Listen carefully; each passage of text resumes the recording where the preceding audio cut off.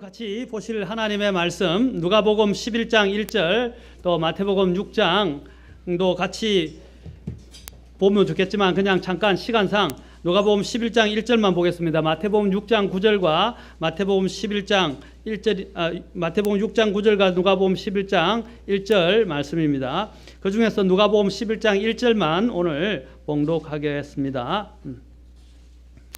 누가복음 11장 1절입니다.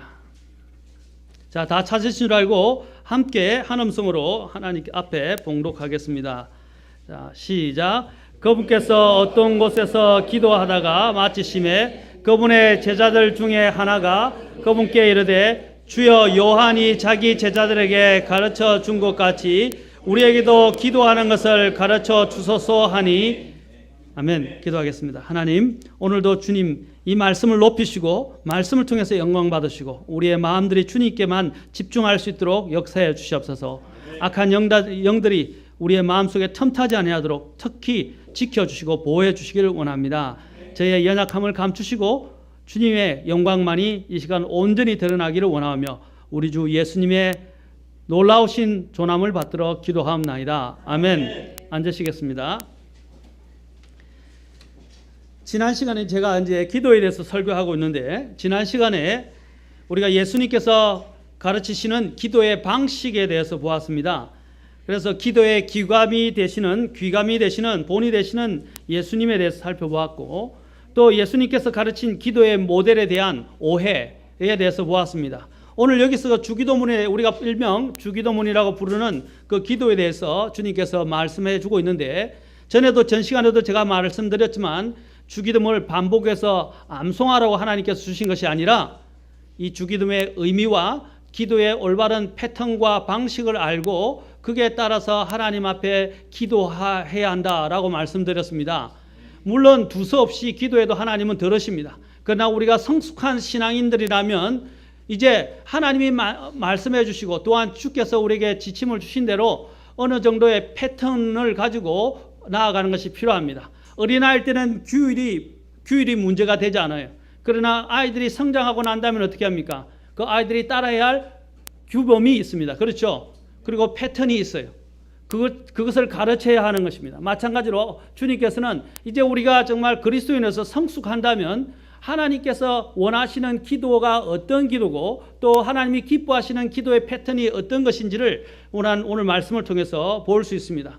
그래서 다분히 그냥 주기도문을 외우는데 거치고 또한 그것을 반복 암송하는데 그러한 거치는 그런 종교적인 이러한 기도의 방식을 떠나서 이제 주님께서 가르치시는 그 패턴에 따라 여러분이 성숙하게 이 기도를 이해하고 이러한 하나님의 주신 뜻에 따라서 하나님 앞에 기도할 수 있는 저와 여러분이 되었으면 좋겠습니다. 그래서 주님께서 이 기도에 대한 모델에 대한 오해에 대해서 우리가 살펴보았고 또 계속해서 이 주기도문이 어떻게 또 나누어지는지에 대해서도 보았습니다. 더 나아가서 이제 먼저 지난 시간에 특히 제가 기도에 먼저 하나님께서 주기도문을 통해서 말씀해 주신 것은 기도의 대상에 대해서 말씀하셨다는 것입니다. 그래서 하늘에 계신 우리 아버지여라고 처음에 기도의 서두를 꺼내셔서 무엇보다도 우리 성경에는 하늘에 계신 우리 아버지여라고 하늘에 계시다고 나왔지만 원래 킹제임스 영어 성경이나 그 다음에 헬라 성경에서는 우리 아버지가 먼저 나온다고 그랬습니다. 그래서 우리가 하나님 앞에 기도할 때 하나님과 우리의 관계를 먼저 이야기한다고 말씀을 드렸습니다. 이 사실은 대단히 중요한 부분이라고 말씀을 드렸습니다. 많은 사람들이 하나님 앞에 나아갈 때 하나님을 참으로 두렵고 엄위하시고 거룩하시고 공의로우시며 심판하시는 분으로만 생각합니다.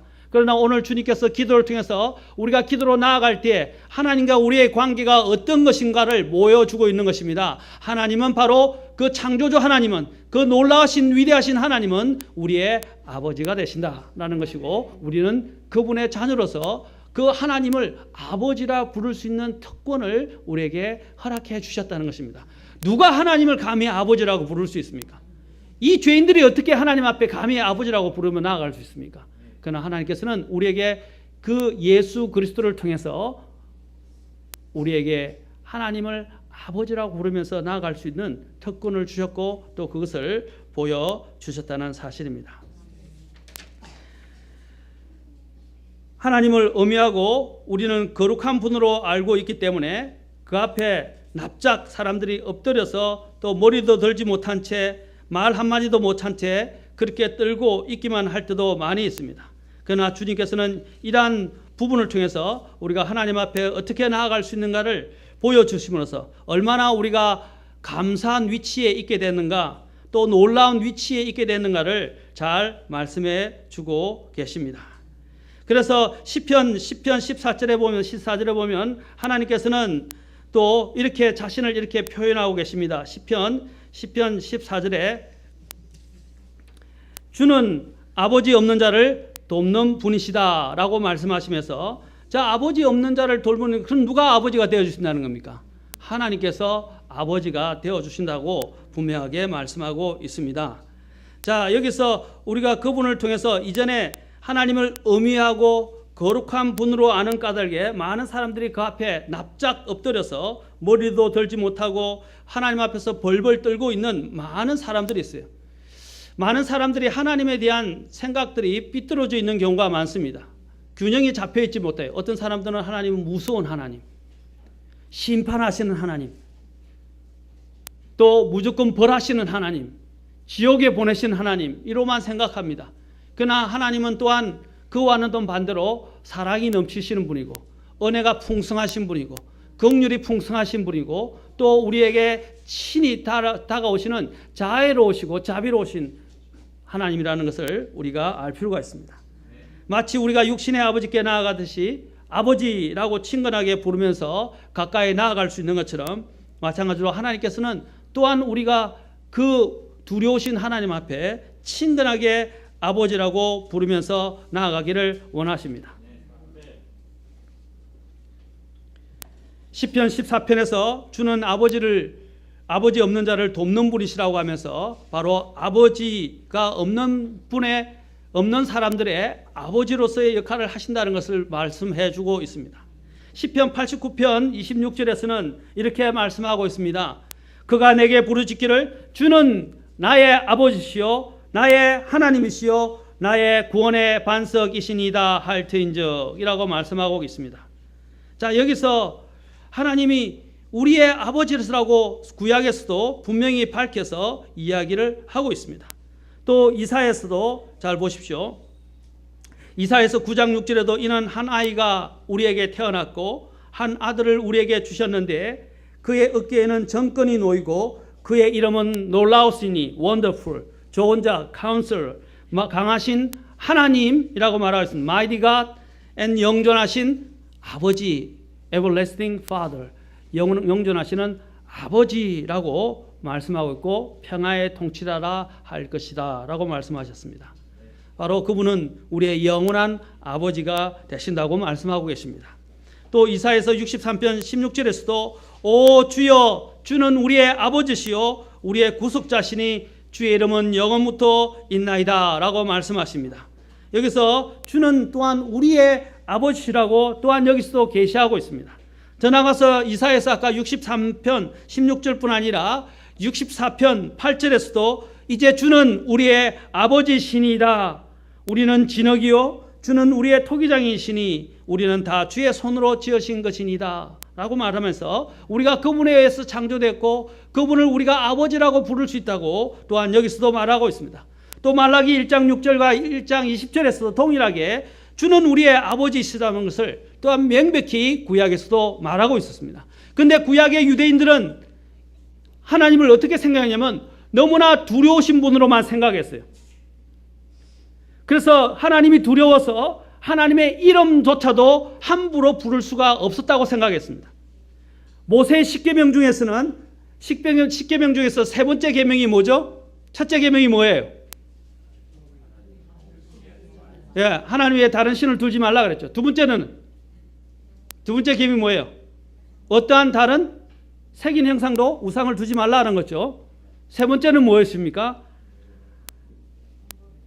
주의 하나님의 이름을 헛되이 취하지 말라. 곧 하나님의 이름을 망령되이 헛되이 취하지 말라라는 것이었어요. 자, 여기서 하나님의 이름을 헛되이 취하지 말라라는 그 말씀이 너무나 엄중했기 때문에 이 이스라엘 백성들 유대인들은 감히 하나님을 함부로 이름을 부를 수도 없었고 아버지라고도 감히 그들은 부를 엄두조차도 내지 못했던 것입니다. 여러분, 이러한 그들의 마음 상태, 마음의 상태에 대해서는 우리가 본받아야 돼요. 오늘 우리 그리스도인이라는 사람들조차도 세상 사람들은 말할 것 없지만 그리스도인의 사람들조차도 하나님의 이름을 함부로 이야기하는 사람들이 많이 있어요. 오늘 설교자들도 하나님의 이름을 함부로 이야기합니다. 저는 하나님의 이름을 함부로 이야기하지 못해서 주로 주님이라고 많이 이야기합니다. 또는 아버지, 기도할 때는 아버지, 또 주님이라고 이야기합니다. 여호와라는 말은요, 함부로 입에 올릴 수 있는 이름이 아니에요. 가장 두려운 이름이 바로 여호와라는 이름입니다. 그런데 오늘 교회에서는 함부로 하나님의 이름을 여호와 또는 야훼라고 함부로 막 불러댑니다. 그것은 위험한 짓입니다. 저도 저희 아버지의 이름을 함부로 부르지 않았어요. 아버지 이름을 부를 때는 항상 조심했었어요. 하나님 아버지의 이름도 그 정도로 두려우신 이름입니다. 그래서 이스라엘 백성들도 하나님의 아버지 이름을 부를 수가 없었어요. 오늘 또한 사람들 보십시오. 특히 영어권에서도 마찬가지고 또 우리 한국에까지 들어와 가지고 그런 일들이 많아요. 하나님 앞소사, 그런 식으로 하나님의 이름을 들먹이지 마세요.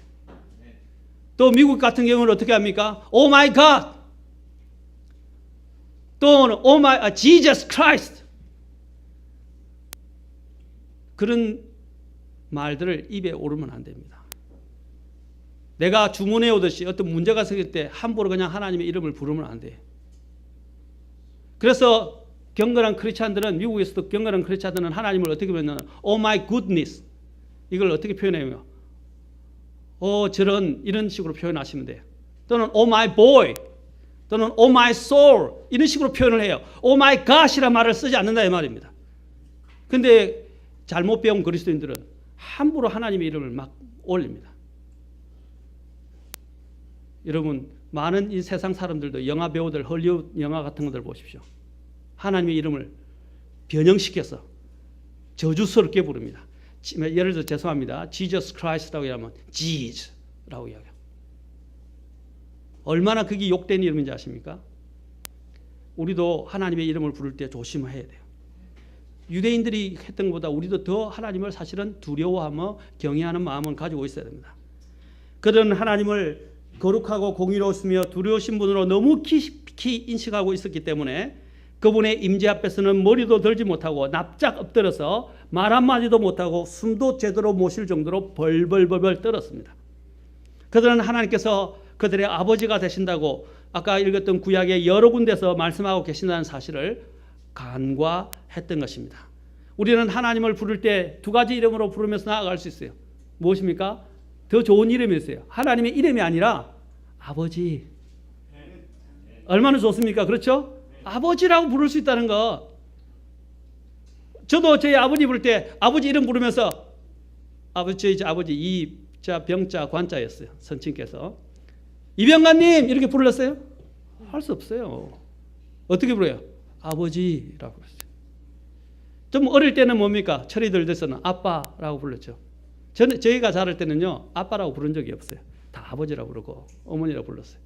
엄마도 죄송합니다. 아버지죠. 아버지가 아니고 그렇죠. 자, 이렇게 우리는 하나님 앞에서 하나님의 이름이 아닌 하나님을 대체하는 이름을 부를 수 있다는 것입니다. 그럼 아버지라는 것, 그건 얼마나 좋은 이름입니까? 그런데 구약에서도 이렇게 계시됐는데도 이스라엘 백성들은 하나님의 이름을 헛되이 취하지 말라는 것과 여러 가지 그들의 배웠던 삶의 방식 때문에 하나님을 감히 부르지도 못했고 벌벌 떨기만 했어요. 물론 하나님은 두려우신 분이십니다. 그러나 우리가 예절을 갖추고 경외심과 존경심을 가지고 나아가면서도 마치 육신의 아버지께 나아가듯이 얼마든지 친근하게 아버지라 하고 부르면서 가까이 나아갈 수 있다는 것을 성경은 가르치고 있다는 것입니다. 마가복음 14장 36절을 보면 마가복음 14장 36절을 보면 예수님께서도 친히 육신으로 이 땅에 계실 동안에는 너무 괴롭고 힘들 때에도 하나님을 아주 친근한 호칭으로서 아바 아버지라고 부르며 그분께 호소했습니다. 오늘 주님께서 가르치신 기도에도 하늘에 계신 우리 아버지여라고 이야기했죠. 여기 아까 했던 마가복음 14장 36절에서 주님께서 바로 겟세마네에서 기도하시는 건데, 겟세마네에서 기도하실 때 너무나 자기에게 앞으로 다가올 그 십자가의 그 죽음이 두렵고 힘들었기 때문에 그것 때문에 주님 앞에서 하나님 아버지 앞에 이 잔을 내게서 옮기시옵소서, 그러나 내 뜻대로 하지 마시고 아버지의 뜻대로 하면서 말하면서 이르시되 아바 아버지여, 아버지께는 모든 것이 가능하오니 라고 말하고 있어요. 아바 아버지. 하나님께서요, 이 자신의 자녀가 가장 어려운 가운데서 가장 친근하게 호소 짙은 어조로 아빠에게 다가올 때 어떻게 되겠어요? 가장 마음이 동합니다. 그렇죠? 아이가 힘든 가운데 이제 아이가 아버지라고 형식 있는 더 격식보다 더 어떻게 해요? 아바라는 말은 우리가 말하면 아빠 이 말입니다. 그렇죠? 아빠라고 부를 때 그 어린 아이의 그 있는 본성적인 그 심성을 이해하시고 그의 필요를 더 잘 아시고 더 케어하신다는 것입니다. 그래서 예수님께서도 본으로 보여주셨어요. 이 땅에 지상에 육신을 입고 계실 때는 하나님을 하나님이라 부르지 않고 심지어는 아바 아버지라 불렀다, 아빠라 불렀다 이 말입니다. 아빠.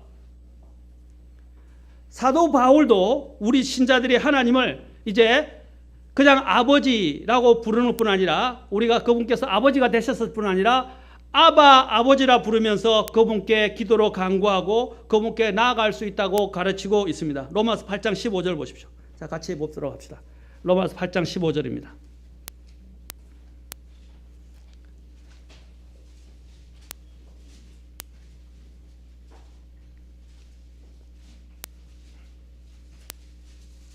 자, 8장 15절에서는 자, 이렇게 이야기합니다. 다 같이 읽겠습니다. 시작. 너희는 다시 두려움에 이르는 속박의 영을 받지 아니하고 양자 삼으시는 영을 받았느니라. 그분을 힘입어 우리가 아바 아버지라고 부르시느니라. 아멘. 여러분이 고아로 있었는데 그래서 완전히 길을 잃어버렸고 또 모든 사람에게 버림받았고 또 내게는 부모가 없었어요. 그런데 대통령이, 예를 들어서 대통령이 와가지고 멋진 차를 타고 와서 나를 어떻게 해요? 양자 삼아줬다 생각해 보세요. 와, 얼마나 전율이 일어나고 흥분된 일입니까? 그렇지 않습니까? 대통령이, 저 멋진 분이, 감히 내가 갈 수도 없고 접근할 수도 없는 분이 와서 나를 불쌍히 여기서 나를 양자로 입양시켰었어요. 그러면 나는 뭐가 되는 거예요? 대통령이 자녀가 될 아들이 되는 거예요. 야, 그때 그 기분을 여러분 한번 상상해 보십시오. 전율이 일어나지 않습니까? 제 같으면 아마 그 앞에서는 이렇게 하면서 저 문 뒤쪽으로 가서 너무나 좋아서 막 팔딱팔딱 뛰었겠어요. 그렇지, 아이고 아파라. 팔딱팔딱 뛰었겠어요. 그렇지 않겠어요? 제가 여러분에게 지금 이렇게 이야기하는 것은 쇼맨십을 하려고 하는 게 아니라 그 감흥에 대해서 이야기하는 거예요. 나는 버림받은 자였어요. 잃어버린 자였어요. 아버지 없는 자처럼 완전히 영원한 멸망에 던져져야 할 죄인이었어요. 그러나 하나님께서 이 죄인을 사랑하셔서 우리를 예수 그리스도를 통해서 우리를 하나님의 자녀로 입양시켜 주셨어요. 감사하지 않습니까?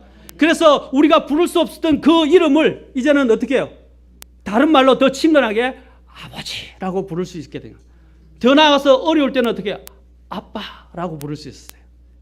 얼마나 좋습니까? 그렇죠? 저도 한 번도 저희 아버지를 아빠라 부른 적이 없어요.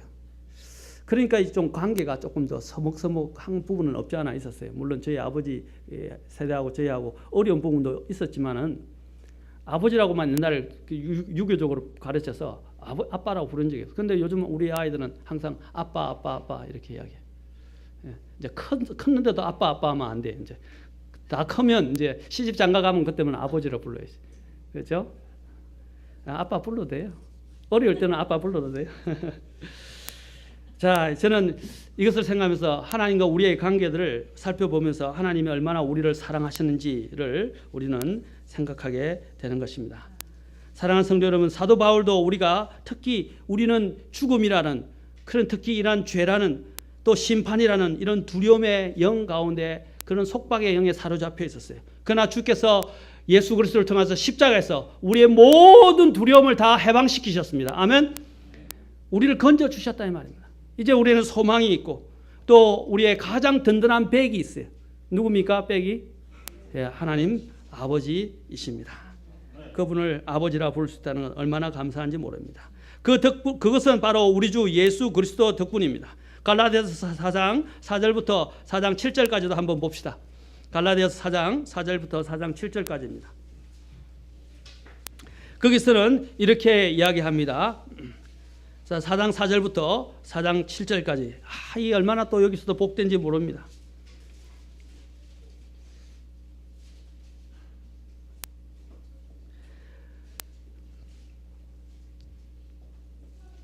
그러나 충만한 때가 이르매 하나님께서 자신의 아들을 보내사 여자에게 나게 하시고 율법 아래 있게 하셨나니, 예수님을 이야기합니다. 이것은 율법 아래 있는 자들을 구속하시고 또 우리가 아들로 입양되게 하려 하심이라. 너희가 아들이므로 하나님께서 자신의 아들의 영을 너희 속에 보내사 아바 아버지라 하고 부르짖게 하셨느니라.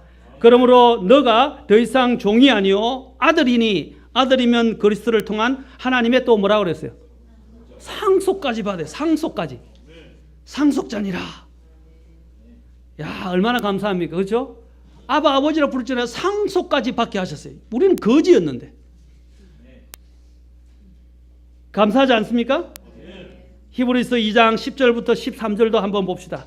히브리서 2장 10절부터 13절까지 또 한번 더 봅시다. 저하고 말씀을 보려면 성경을 자 많이 찾으셔야 돼요. 히브리서 2장 10절부터 13절. 여기도 보시. 우리 주 예수님 때문에 우리가 하나님을, 그 두려우신 하나님을 아버지라고 부를 수 있게 된 것입니다. 자, 10절 보십시오. 자신을 위해 모든 것을 존재하게 하시며 또 자신으로 말미암아 모든 것을 존재하게 하시는 그분, 바로 하나님께서, 창조주 하나님께서, 또 조성자 하나님께서 많은 아들들을 영광으로 데려가시는 일에서 그들의 구원의 대장을 고난들을 통해 완전하게 하심이 합당하도다. 예수님을 말하죠. 그렇게 구별하시는 분과 그렇게 구별된 자들이 다 하나에서 났으니 이러한 까닭에 그분께서 그들을 뭐라고 그랬어요? 예수님께서 우리를 형제라고 그래요. 우리는 예수님의 형제가 된 겁니다. 아멘. 그분이 맏아들이에요. 장자라 이 말입니다. 맏아들. 우리는 그분과 함께 된 이제 그분을 따라서 난 형제들입니다. 아멘. 이르시되 내가 주의 이름을 내 형제들에게 밝히 보이시고 교회의 한가운데서 노래로 주를 찬양하리이다. 아멘. 또다시 내가 그분을 신뢰하리라 하시고 또다시 나와 하나님께서 내게 주신 자녀들을 보라 하시나니라. 아멘. 와, 예수님과 한 형제가 되었어요. 그리고 예수님과 더불어서 어떻게 해요? 상속자가 되었어요. 상속은 예수님만 받는 게 아니고 예수님을 믿는 모든 자들이 예수님과 함께 같이 상속을 받습니다. 그래서 에베소서와 고린도서에서는 우리를 뭐라고 그러냐면 공동 상속자라고 그래요. joint heir. 바로 공동 상속자라고 이야기해요. 우리가 없이는 그분이 상속을 받지 못해요. 여러분도 그렇죠. 요즘 법이 어떻게 돼요? 법이 어떻게 돼요? 옛날에는 장자, 아들에게 제일 많이 줬잖아요. 상속을. 맞습니까? 또 어떤 때는 부모들이 아들을 너무 아끼다 보니까 딸들에게는 아예 상속도 안 주고 또 둘째, 셋째는 아주 거의 상속을 안 주는 경우가 많았어요. 아들들에게 토지와 집과 이런 것들을 다 물려줬어요. 옛날엔 서러움이 많았죠. 그렇죠. 근데 요즘 우리나라 법은 뭐예요? 똑같이 아내에게 1.5배 주고, 그죠? 자녀들에게는 1배씩 주죠. 맞습니까? 똑같이 예. 아, 바뀌었어요? 아내에게 또 아, 그래요? 아, 나머지 50% 가지고 바뀌었어요. 아, 죄송합니다. 예. 예, 아내는 한 몸이니까. 예, 어쨌든 자, 그래서 자녀들이 어떻게 해요? 다 동등하게 아들이든 딸이든 다 분배받죠. 맞습니까?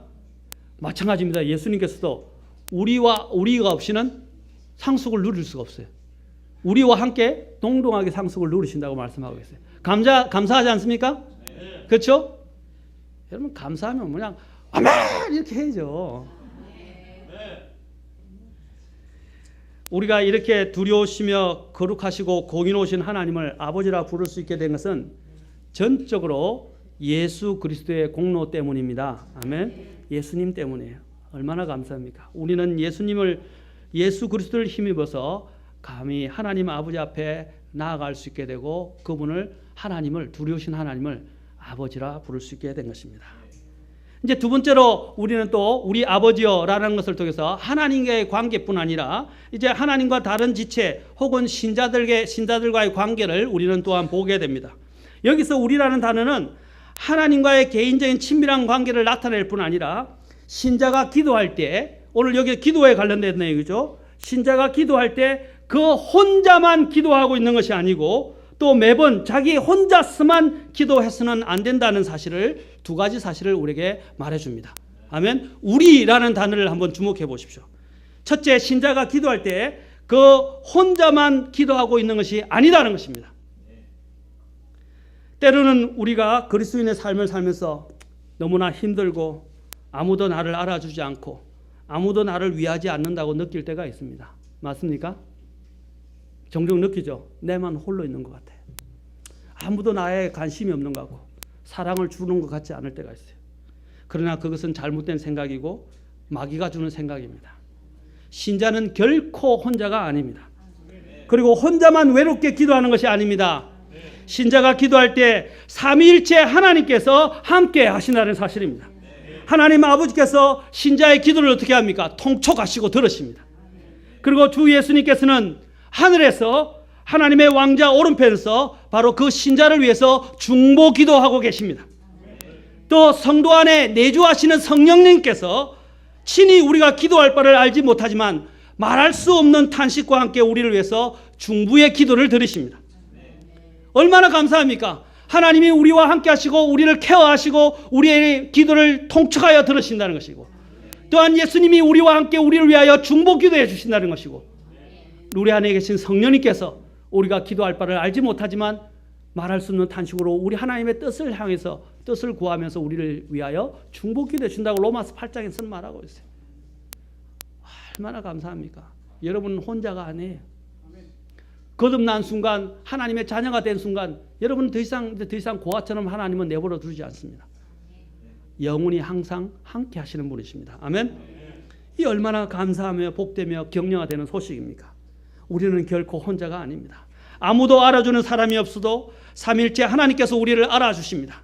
그리고 특히 몸소 우리와 같이 동일한 시험을 받으셨던 예수 그리스도께서는 이 지상에 계실 동안에 우리의 모든 것을 다 이해하시고 우리를 격려하시고 능히 도우실 수 있으신 분이십니다. 뿐만 아니라 우리가 알거나 느끼지 못할 수도 있지만 다른 그리스도인 중 누군가가 우리를 위해 중보 기도를 해주는 사람이 있다는 것을 기억하시기 바랍니다. 엘리야가 지쳐가지고 하나님을 위하는 사람이 없고 나만 홀로 남았나이다 라고 한탄했을 때 주님이 뭐라고 하셨어요? 바알에게 무릎 꿇지 아니한 7,000명을 내가 남겨놓았다. 엘리야는 자기 혼자만 하나님을 섬기는 줄 알았어요. 그러나 하나님이 상상도 못하는 7,000명이나 하나님을 경외하고 하나님을 따르는 무리들이 있다고 말하고 있습니다. 마찬가지입니다. 여러분이 혼자 있다고 느낄 때 하나님이 함께 하실 뿐 아니라 또 나를 위해서 누군가가 눈물로 기도하는 사람이 있다는 사실입니다.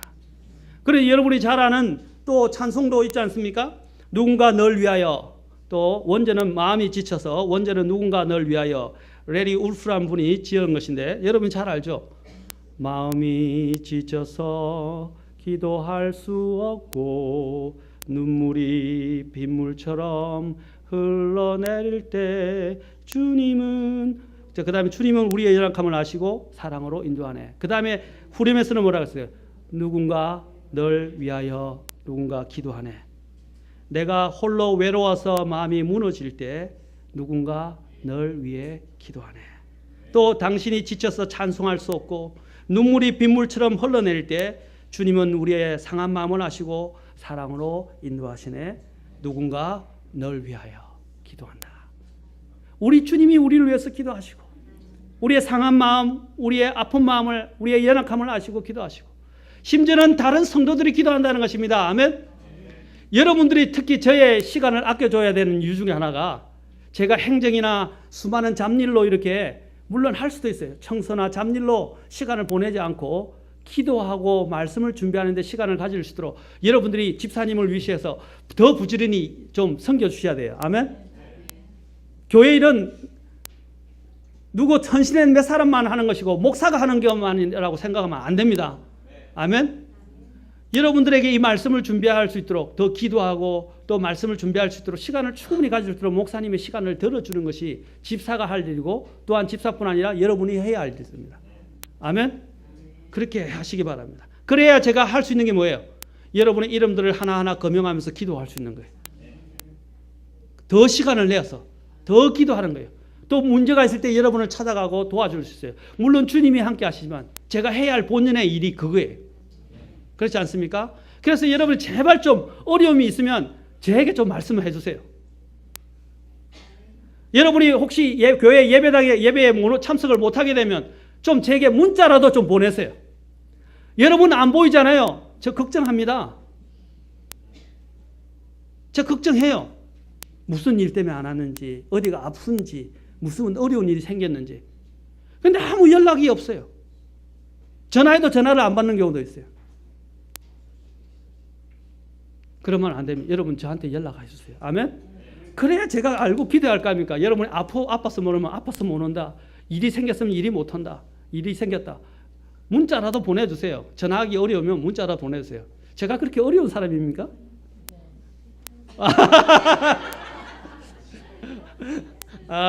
이거 제가 반성해야 되겠습니다. 이렇게 저한테 연락을 주세요. 물론 하나님의 말씀을 강단에서 강하게 제가 설교하는 것은 사실이지만, 그러나 항상 여러분들을 챙겨야 되고 또 여러분을 사랑하고 여러분들의 관심을 갖고 있습니다. 아멘. 제발 좀 문자 좀 보내주시고 연락 주세요. 아멘. 그래야 제가 여러분의 상황을 알고 여러분을 위해서 기도할 수 있습니다. 그게 주님이 사실은 하시는 겁니다. 또한 우리는 더 나아가서 신자는 아까 혼자만 기도하고 있는 것이 아니라, 두 번째는 신자는 매번 자기 혼자서만 기도해서는 안 된다는 사실입니다. 우리라는 단어가 또한 이것을 말해줍니다. 예수님께서는 주님께서 가르치신 기도에서 우리라는 말을 반복해서 사용하셔서 기도를 가르치고 계십니다. 어떤 분은 유대인 제자들의 공동체를 의미하는 것이며, 그 기도는 믿는 유대인들을 위해 주어진 것이라고 가르치는 분들이 계십니다. 그러나 그런 극단적인 주장에 초점을 맞추지 말고 주님께서 가르치신 기도의 패턴과 의미에 집중을 하기 바랍니다. 주 예수님께서는 신자가 혼자서 기도해야 할 때가 있지만, 지금은 우리라는 말을 통해서 다른 사람들과 함께 기도해야 하는 때가 있다는 것을 말해주고 계십니다. 하나님은 나의 아버지이시기도 하시지만 또한 우리의 아버지이시기도 합니다. 우리는 그리스도 예수님 안에서 하나님의 가족 구성원들입니다. 특히 지역교회 회원들은 지역교회라는 몸 안에 있는 각 지체 구성원들이라고 할 수 있습니다. 하나님께서는 각 신자에게 아버지가 되시고 또 각 신자는 하나님 아버지께 대해서는 자녀가 됩니다.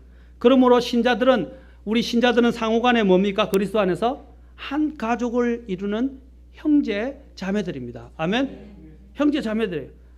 물론 육신의 형제 자매도 상당히 중요합니다. 그러나 그만큼 더 중요한 게 뭡니까? 바로 하나님 안에서 바로 형제 자매들입니다. 아멘. 그래서 에베소서 3장 15절에서는 하늘과 땅에 있는 온 가족에게 이름을 주신 분께 무릎을 꿇고 비노니 라고 말하고 있어요. 우리가 온 가족이라고 말하고 있어요. 아멘. 그러면서도 여러분 정말 가족이라면요, 우리 애들도 저도 자랄 때 그렇지만 싸울 때도 있어요. 형제 자매들끼리. 그렇죠? 그런데 어떻게 해요? 가족이니까 금방 빨리 풀어요. 그리고 용납하고 받아들여요. 그렇지 않습니까? 근데 이상하게 교회는요, 조금 문제가 생기면 용납을 안 해요. 서로를 용납하고 받아들이지 않는다 이 말입니다. 용서를 안 해요. 끝까지 갖고 갑니다. 그래서 결국은 교회를 나가거나 믿음이 떨어져서 나가는 사람들도 있어요. 그러면 안 됩니다. 아멘. 형제 자매이기 때문에 우리는 가족이고 형제 자매이기 때문에 서로에게 어떤 문제가 생기더라도 그 당시는 마음이 아프고 힘들 수도 있지만 어떻게 해요? 서로 사랑으로 가족들이 서로를 받아들듯이 우리도 서로를 용납하고 또 친절하고 또 용서하고 또 받아줘야 됩니다. 아멘. 그렇게 하셔야 돼요. 아멘. 그게 우리라는 단어 속에 있는 거예요. 왜 주님께서 오늘 우리 아버지라고 이야기하실까요? 나의 아버지라고 하신 적도 있는데 오늘 이 기도에서는 주님 뭐라 그랬어요? 우리 아버지라고 말씀하고 계시는 거죠. 그래서 우리의 관계를 말해요. 하나님과의 우리의 관계뿐 아니라 각 신자의 관계뿐 아니라 각 신자들과의 상호 관계에 대해서 주님은 말씀하고 계시다는 것을 꼭 기억하시기 바랍니다. 하나님께서는 우리의 영적인 아버지로서 우리의 필요를 아시고 공급하시는 분이십니다. 그래서 마태복음 7장 11절에 보면 너희가 악할지라도 너희 자녀들에게 좋은 선물들을 줄 줄 알거든 하물며 하늘에 계신 너희 아버지께서 자기에게 구하는 자들에게 좋은 것들을 얼마나 더 많이 주시겠느냐. 아멘. 세상에 악한 사람도 자기의 자녀들에게는 좋은 것을 주는 것처럼 하늘에 계신 우리의 영적인 아버지께서는 더욱더 우리들에게 더 좋은 것을 주신다 이 말입니다. 그 정도로 우리는 더 이 세상의 육신의 아버지보다 더 사랑받고 더 보호받고 더 관심을 받는 존재들이다라는 것을 말해줍니다. 아멘. 감사하지 않습니까? 하나님 아버지는 인자하시며 우리를 돌보시는 분이시지만 또한 우리의 선악에 대해서도 분명히 계산하시고 공정하게 심판하시는 분이십니다. 그러므로 우리가 또한 자녀라고 해서 하나님을 아버지라고 부르고 친근하게 다가갈 수 있다고 해서 방자하게 행해서는 안 됩니다. 그런 말이 있었어요. 손녀를 너무 잘해주면 할아버지 수염을 짓는다라는 그런 말이 있었어요. 실제로 저희 할아버지도 정조 할아버지가 수염이 이리 길었거든요. 손주를 너무 이뻐하니까 손주가 그냥 할아버지 수염을 갖고 흔드는 거예요. 그러면 안 되겠죠. 그건 방자한 거예요. 할아버지가 친근하고 좋지만은 늘 사탕도 주시고 맛있는 것도 주시지만은 그러나 할아버지 옆에 해서는 안 되는 일들이 있는 것처럼 우리도 마찬가지. 하나님이 이렇게 인자하시고 정말 친절하시고 사랑이 많으신 분이시긴 하지만 그러나 우리가 예의 있게 그렇죠? 예절을 있게 하나님 앞에 나가야 됩니다. 그래서 베드로전서 1장 7절에서는 이렇게 말합니다. 사람의 외모를 중시하지 아니하시고 각 사람의 행위대로 심판하시는 아버지를 너희가 부르며 간구할진대. 자, 아버지라고 부르며 간구한다 그랬어요. 그런데 어떤 아버지라고 그랬어요? 사람의 외모를 중시하지 아니하시고 각 사람의 행위대로 심판하시는 하나님이라고 그랬어요. 아버지라고 그랬어요. 그런데 너희가 여기에 잠시 머물러 있을 동안을 두려움 가운데 지내라. 저도 아버지가 참 좋기는 했었어요. 근데 감사히 좋았던 이유 중에 하나는 저희 선친께서 저를 한 번도 때린 적이 없었어요. 한 번도 안 때리셨어요. 그 이상하게 안 때리셨어요. 어머니한테는 많이 맞았는데 아버지는 한 번도 안 때리셨어요. 그래서 아버지가 어떤 때는 방패막이었어요. 어떤 때는 어머니한테 쫓겨나가지고 매 맞고 쫓겨나가지고 그렇게 사실 잘못도 안 했는데 쫓겨나가지고 아버지가 오실 때가 밤 12시, 11시까지 밖에서 기다리고 있었어요.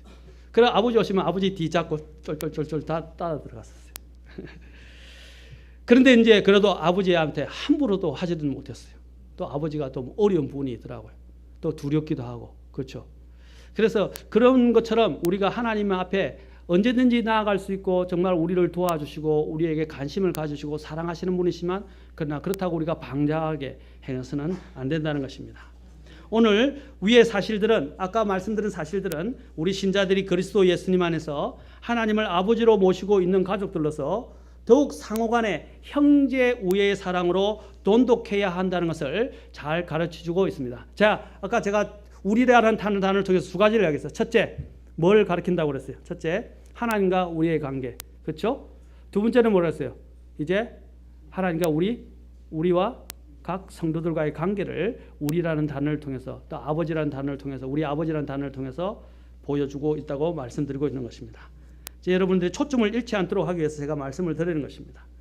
요한복음 또한 13장 34절부터 35절에 주님께서 이렇게 명령하셨습니다. 내가 새 명령을 너희에게 주노니 너희는 서로 사랑하라. 내가 너희를 사랑한 것 같이 너희도 서로 사랑하라. 너희가 서로 사랑하면 이로써 모든 사람이 너희가 내 제자인 줄 알리라 하시니라. 아멘. 우리 서로 사랑해야 돼요. 아멘. 그래서 다른 사람들이 우리 교회에 와도 야, 이 교회는 서로 사랑하고 사랑이 넘치는 교회다 하는 것들이 있어야 돼요. 진리가 있고 또한 사랑이 있는 교회다라는 것들이 분명해져야 됩니다. 아멘. 그래서 이제 만날 때 악수할 때 형식적으로 악수하지 마시고 정말 반갑게 손잡고 오랜만에 가족들이 떨어졌다가 만났을 때 어떻게 해요? 마치 이산가족이 상봉하는 것처럼. 이산가족이 상봉하면 어떻게 해요? 왜 서로 부둥켜 안고 그러죠? 저도 어떤 때 밖에 갔다가 1박 2일 다른 데 목회자 모임이나 갔다가 오면 우리 애들이 했어. 다 안아줘요. 아빠 하고 달리면 그래요. 안아주고 얼마나 좋아요. 품 안에 안으니. 그렇죠? 우리 성도들 간에도 일주일 만에 한 번씩 만나는 경우도 있잖아요. 그렇죠? 그래서 다 서럽게 안으라는 말은 아니고요. 서로 그러한 반가움 심정으로 서로 형제 자매들에 대한 사랑을 표현하고 서로를 정말 반갑게 맞아주고 악수를 하더라도 건성으로 하지 말고 손을 좀 꽉 잡아주기도 하고 그렇죠? 그렇게 하십시오. 아멘. 또 형제 자매님들도 악수는 괜찮아요. 악수는 하세요. 서로 악수도 하시고 이제 뭐 포옹은 안 되겠지만은 근데 미국에는요. 제가 미국에 있을 때 미국에 살 때는 미국에서는 교회에서 형제 자매님도 서로 포옹하더라고요. 심지어는 뭐 뺨에 키스까지 하던데 서로 그 이제 그들의 문화니까 이제 그때부터 포옹을 해요. 그래서 꼭 껴안아주세요. 뭐 남자 여자라는 개념보다도 정말 형제 자매로서 이렇게 진득한 사랑을 느낄 수 있더라고요. 그리고 우리나라에서는 뭐 그렇게까지는 하지 않더라도 우리가 서로 인사할 때는 정말 죽었다가 살아난 자를 만난 것처럼 아니면 멀리 떨어졌다가 오랜만에 만난 나의 가족을 보는 것처럼 그렇게 서로 대하면 좋겠습니다. 아멘. 그래서 저의 손을 잡을 때도 좀 꽉 잡아주세요. 이 악수할 때 손을 가지고 꽉 안 잡으면 성의 없어 보이더라고요. 그렇지 않아요? 다칠까봐 너무 우리 식사님이 너무 힘이 세신가 봐요. 정말 저는 그래요. 저는 손을 잡을 때 악수할 때 꽉 잡는 편입니다. 제 마음을 표현하는 거거든요. 여러분도 저희 손을 잡을 때 좀 꽉 잡아주세요. 다치지 않게만 꽉 잡아주세요. 자, 그렇게 우리가 하나님 안에서 서로 사랑해야 합니다. 또한 요한일서 4장 20절과 21절에서도 이러한 서로 사랑에 대해서 분명히 성경은 말하고 있습니다. 자, 4장 20절 이거는 같이 읽겠습니다. 요한일서 4장 20절과 21절입니다.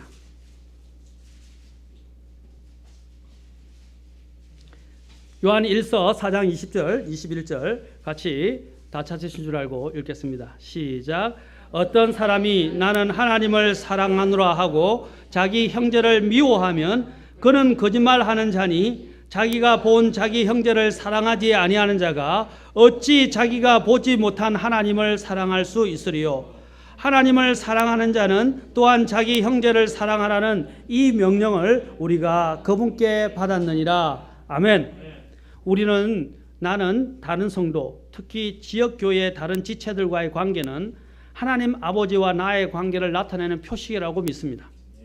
다시 말해서 하나님은 보이지 않는 세계에 관한 관계를 대표하지만 각 신자들은 보이는 세계에 대한 관계를 보여주는 것입니다. 어찌 보이는 형제를 사랑하지 않으면서 보이지 않는 하나님을 사랑한다 할 수 있습니까? 오늘 본문의 요지가 이겁니다. 여기 있는 그렇죠? 우리는 보이는 형제를 사랑함으로써 내가 하나님을 사랑하는 것을 나타내 보여야 한다는 것입니다. 보이는 세계는 보이지 않는 세계를 대변하는 것입니다. 다른 성도 혹은 지체들과의 관계는 대단히 중요한 것입니다.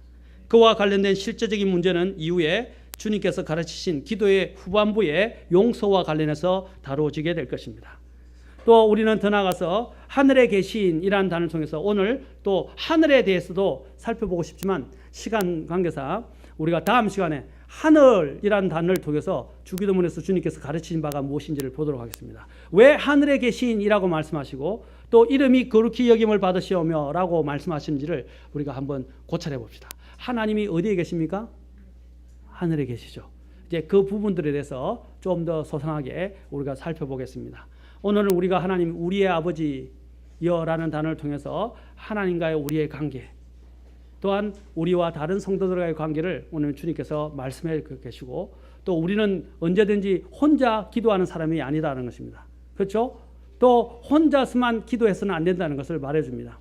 우리는 항상 우리가 기도할 때 삼위일체께서 함께 계시고 또 우리 성도들 중에서 누군가가 나를 위해서 눈물로 기도하시는 분이 있다는 것을 꼭 기억하시기 바랍니다. 아멘. 그리고 또한 우리가 다른 사람들과 관계에서 다른 성도들도 다른 지체들도 우리 안에서 주 안에서 같은 형제 자매라는 것을 꼭 기억하시고 우리가 그 형제 자매들을 받아들일 때 어떠한 태도로 받아들여야 하는가 하는 것입니다. 또한 한 가지 더 나가서 우리 아버지를 통해서 하나님은 우리가 모여서 함께 또 기도하기를 원하십니다. 아멘. 모여서 함께 기도하기를 원하세요. 그래서 수요 기도가 있고 같이 기도해야 하는 중보 기도가 있는 거예요. 아멘. 그 기도를 하나님은 더 잘 들으십니다.